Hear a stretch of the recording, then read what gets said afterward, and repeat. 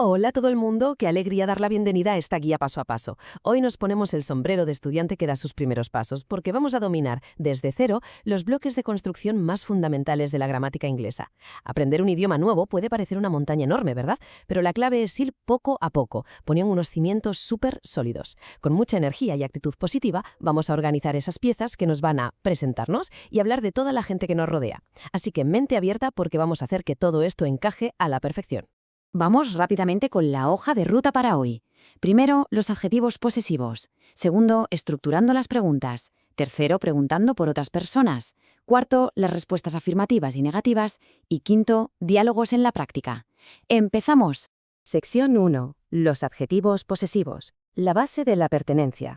Bueno, la mejor manera de empezar con cualquier concepto, por muy complejo que parezca, es entendiendo siempre las piezas más pequeñitas. Antes de lanzarnos a formar frases kilométricas, hay que tener clarísimo a quién pertenece cada cosa, o en este caso, de quién es el nombre del que queremos hablar. Esta es la base absoluta de todo. Vamos a repasar con mucha calma 4 conceptos que valen su peso en oro, y es crucial elegir el correcto según de quién hablemos. Empezamos con my, que significa mi o mis. Lo usamos para hablar de nosotros mismos, como al decir my name. Luego está your, que equivale a tú o al su formal de usted, ideal para la persona que tenemos justo delante, your name. Y ojo que aquí viene donde suele haber más confusión al principio. En inglés hay que diferenciar siempre el género del poseedor. Si la persona de la que hablamos es un hombre, usamos his, que significa su de él, formando his name. Pero si es una mujer, usamos her, que es su de ella, para decir her name. Comprender esto es vital, más que nada para no acabar llamando a nuestro amigo Pedro con un pronombre femenino y dejarle totalmente descolocado, claro. Y justo antes de avanzar a las oraciones completas, un consejo rápido, súper práctico. En el inglés que se habla en la calle, en conversaciones reales, es rarísimo escuchar a alguien separar cada palabra como si fuera un robot. Usar contracciones es el verdadero secreto para sonar natural. Por ejemplo, en vez de decir what is, lo normal es soltar un what's. Es un detalle enano de verdad, pero marca una diferencia brutal en cómo fluye el idioma en el día a día. Sección 2. Estructurando las preguntas. Preguntas de sí o no.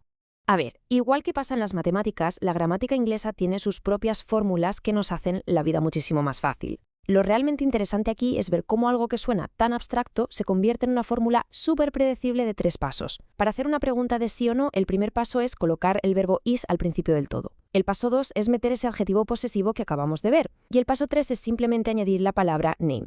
Y cerrar con el signo de interrogación, por supuesto. Siguiendo este orden es literalmente imposible fallar.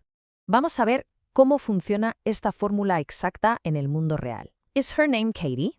Ahí está el verbo is abriendo la frase, seguido de her, porque hablamos de una mujer, luego la palabra name y por último el nombre por el que preguntamos, Katie. Es una pregunta impecable, 100% natural y gramaticalmente perfecta. Venga, vamos a hacer una pequeña pausa mental para un ejercicio súper rápido de práctica. Si la intención fuera preguntar si el nombre de un hombre es Daniel, ¿cómo habría que cambiar esa fórmula? Pensemos un segundito. Exacto, hay que cambiar el posesivo her, de mujer, por el de hombre, y la pregunta en nuestra cabeza se transforma en ¿Is his name Daniel? Tener esta agilidad mental es exactamente lo que se consigue practicando con estas fórmulas paso a paso. Sección 3. Preguntando por otras personas. El uso de la palabra what. Vale, ya sabemos hacer preguntas cerradas de sí o no. Pero, ¿qué pasa en la vida real cuando no tenemos ni la más remota idea del nombre de alguien y necesitamos hacer una pregunta abierta? Pues la fórmula matemática nos cambia un pelín. Ahora, el paso 1 es arrancar con la palabra interrogativa what, que significa qué o cuál. A partir de ahí, seguimos con el verbo es, el adjetivo posesivo que toque y la palabra name. Como vemos, la lógica de la estructura sigue intacta. Entonces, el punto crucial es aplicar esto. What is his name? En este caso, la palabra his está grabada a fuego en la frase porque estamos preguntando por un hombre. ¿Cuál es su nombre? Y si recordamos el pequeño truco de antes, en una conversación de la vida real esto sonaría mucho más fluido. What's his name? Primero dominamos la estructura matemática y luego le damos ese toque de pura naturalidad. Sección 4. Respuestas afirmativas y negativas. Ya dominamos el arte de preguntar, lo cual es genial. Pero claro, las conversaciones son cosa de dos, así que pasamos a la parte más emocionante, aprender a responder con éxito. Y esto ilustra de manera brillante lo sencillo que es todo cuando comparamos las fórmulas frente a frente. Si la respuesta es afirmativa, empezamos con un yes, seguido del posesivo, la palabra name, is y el nombre en sí.